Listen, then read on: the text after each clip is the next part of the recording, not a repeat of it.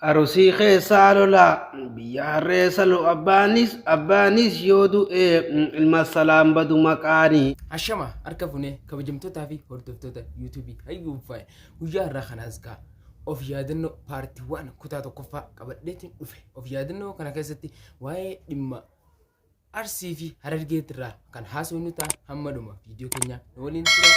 Viidiyoo kana hamma dhuma dhaggeeffadhaatii sheer walii godha hadiraa akka viidiyoo kana bira hin dabarre namni sheer godhuu dandeessan jechuudha. Waa'een kun baay'ee cimaa dhufu jira. Kanaaf viidiyoo keenya kan ta'anutti dabarra meen waliin turaan isiniin jira.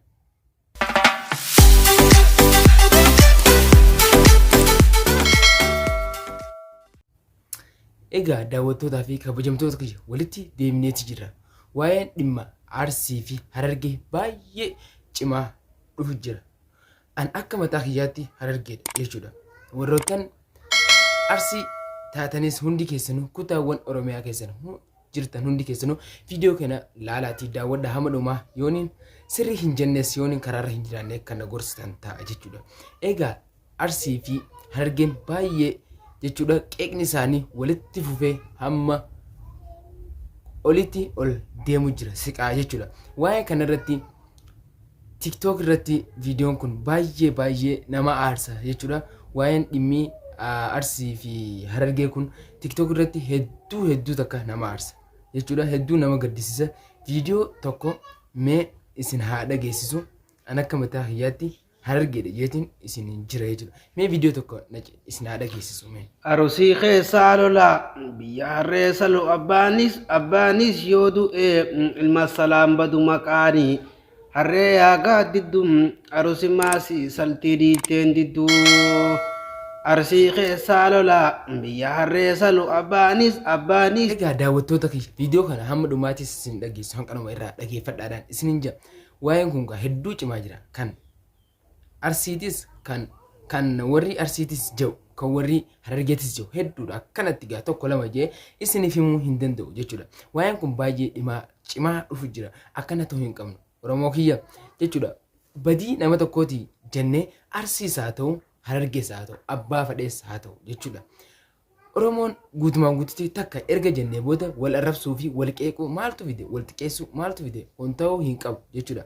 Arsiis ta'ee Harargees ta'ee viidiyoowwan akkanaa warri horaabdan dhaabbadha jechuudha. Badii nama tokkootiin Oromiyaa guutuun arrabsamuu hin qabdu. Harargeen guutuun arrabsamuu hin qabdu. Badii nama tokkootiin Arsiin guutuun arrabsamuu hin qabdu. Kun maaliif kun ta'uu hin qabu jechuudha.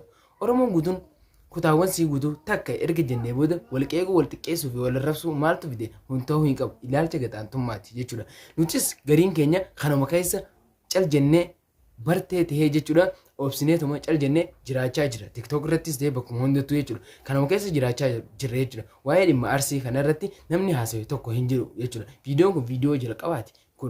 Viidiyoon kun viidiyoo jalqabaati. Jalqaba sheer godhaadhaan isinin jee viidiyoo kana jechuudha.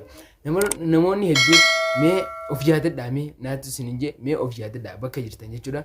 Oromoon Oromoo irratti duuluu wal xiqqeessuu wallaahi kun nuun hin malle jechuudha. Hundi tokkummaadha erga jennee gaa kun ta'uu hin qabu. Viidiyoon kun gaa kutaan tokkoffaan paartiiwwan kun gaa of yaadannoo jeetti dhufe jechuudha. Of yaadachiisuuf hin gaa dhufe kanuma keessa jiraanna jechuudha. Nutis kan waa'ee dhimma Harargee fi Arsii kun cimaa dhufe irraan hin haasofne jechuudha.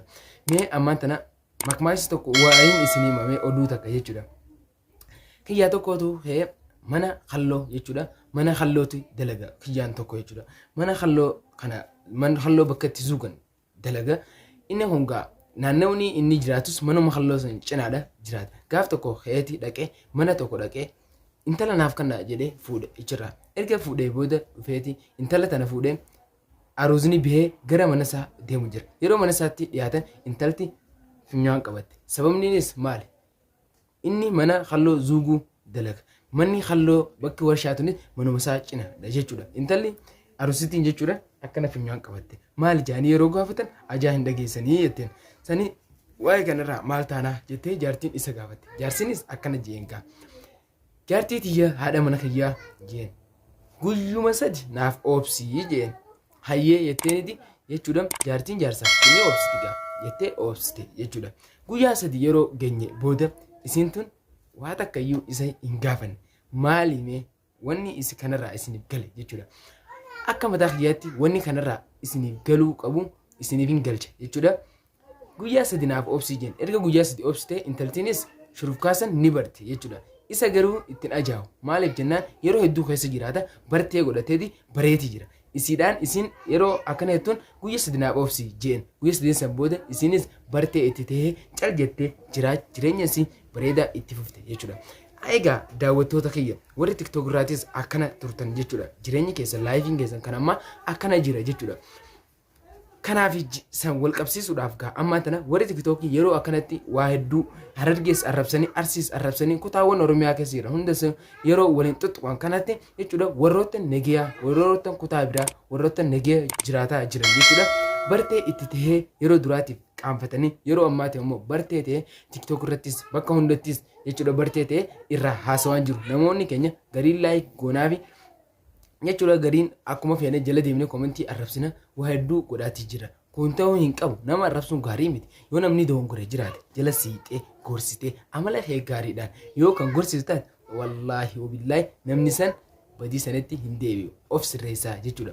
Kanaaf gaa daawwattoota keenya kabajamoo fi jaallatamoo kutaawwan Oromiyaa keessa jiran hundi isaatu miti tokko jechuudha. Kanaaf gaa daawwattoota keenya please video kan share godhuudhaan bakka hunda YouTube hundarra ittiin arguu barbaade jechuudha. Viidiyoon kun gaa paartii waaniin kun of yaadannoo jeeti dhufe jechuudha.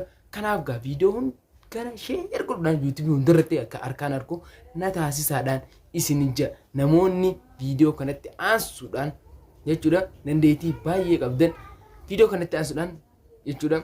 Waa'ee dhimma Arsii fi Harargee likkiitti gadi fageenyaan nuuf haasawaati akka walitti araaraman taasisaadha. Akka nagayaan namayyuu hojii fi dalagatu taasisaadha. Egaa daawwattoota keenya kabajamoo viidiyoon keenya kanarraa kana fakkaata of yaadannoo paartii 1 jechuudha. Hamma of yaadannoo paartii 2 walitti deebinutti isinin jaalladha isinin kabajama. Yaanni chaanala kanaa yoo sitti tole paartii 1 kutaan of yaadannoo yoo sitti tole chaanala keenya subscribe gochuudhaan viidiyoo kana ammoo like gochuudhaan ittaansu share sirraa kajeella bakka hundaan nuuf gahaadhaan isinin jaalladha isin kabaja. Kutaawwan Oromiyaa keessatti hundi keessanuu miti tokko isinin jaalladha isinin kabaja naaf jiraadhaa. Onneerraa isinin jaalladha. Bye bye. Yeah.